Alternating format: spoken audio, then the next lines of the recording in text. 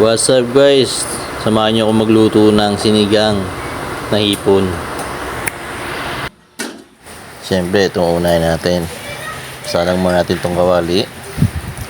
Pag may itong kawali, lagyan natin itong mantika. Pero konting mantika lang guys. So, inuna ko itong luya. Para mas lumabas yung aroma niya. Then, bawang. Pinitan na siya natin ng konti. Saka natin susunod itong sibuyas. Yan, di ba? Bawang, sibuyas at luya. So, pinaghalo-halo natin ito muna. Lutuin muna natin ng konti hanggang medyo mag-iba ang kulay niya. Yan. Haluin nyo lang ito guys. Yan. Nulugan itong ating kapirasong hipon.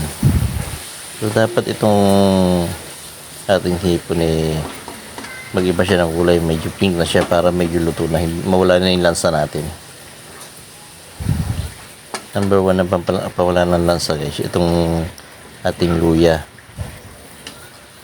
Ayan, nakikita nyo guys, kulay pink na to. Ayan, mamaya dudurugin yung ulo nito para mas lasang lasa dun sa may sabaw. Nagala. Haluin nyo nito ng haluin. Yan. Diba ang ganda ng kulay niya? Medyo luto-luto na siya. So, durugin natin ng ulo. Yan. Para kumata siya dun sa may sabaw niya mamaya.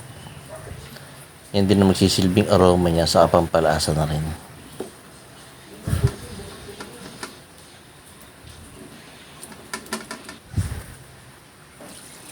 Lagyan natin ang sabaw guys. Yan, makita nyo guys, nag-iba kulay oh. Yan yung katas ng ulo na pinisa natin kanina. Haluin lang natin siya ng konti. Hintayin natin kumulo.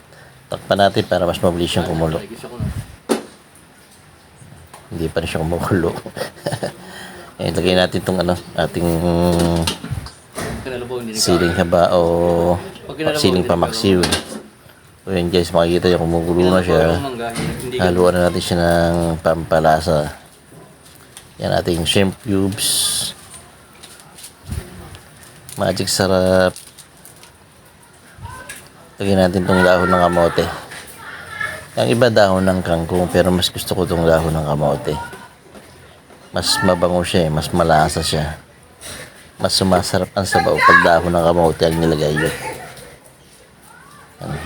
Ilubog lang natin to para humalo siya dun sa may sabaw pag kumatas na. Ito yung kamote nating violet. Kapag naluto siya, makikita rin nagkukulay talaga siya dun sa may sabaw. Kaya sumasarap siya. At masustansya daw to, sabi ng iba. Yan. Takpan natin to guys. May melto na. Karoon natin itong ating sinigang mixed na original. At konting patis. Pampaalat ng konting asin. Kailangan malasa ang inyong pagsasama. Haluin lang natin ng haluin. Mamaya luto na to guys. Sarap nito. Panigurado, taob ang kaldero ng kanin. Takpan natin ng konti para mas pumango pa siya. O ayan guys, luto na ang ating sinigang na hipon.